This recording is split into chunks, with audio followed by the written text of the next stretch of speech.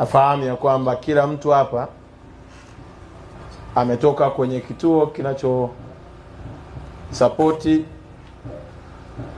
watu wenye mahitaji maalum. Nimeandaa sadaka kidogo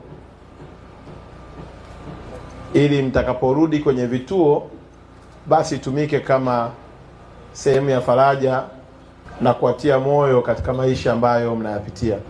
Makundi haya matatu, watu wenye disability na watu wanaofahamika kama watoto yatima na wazee, wote ni watu muhimu kwenye jamii, na hakuna mtu anayechagua hayo maisha.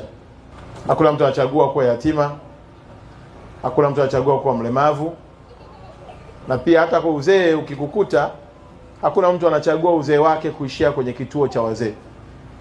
Kila mtu angetamani aishi vizuri, alelewe na baba na mama. Mazingira haya yanatupa fundisho moja kubwa la kumtanguliza Mungu.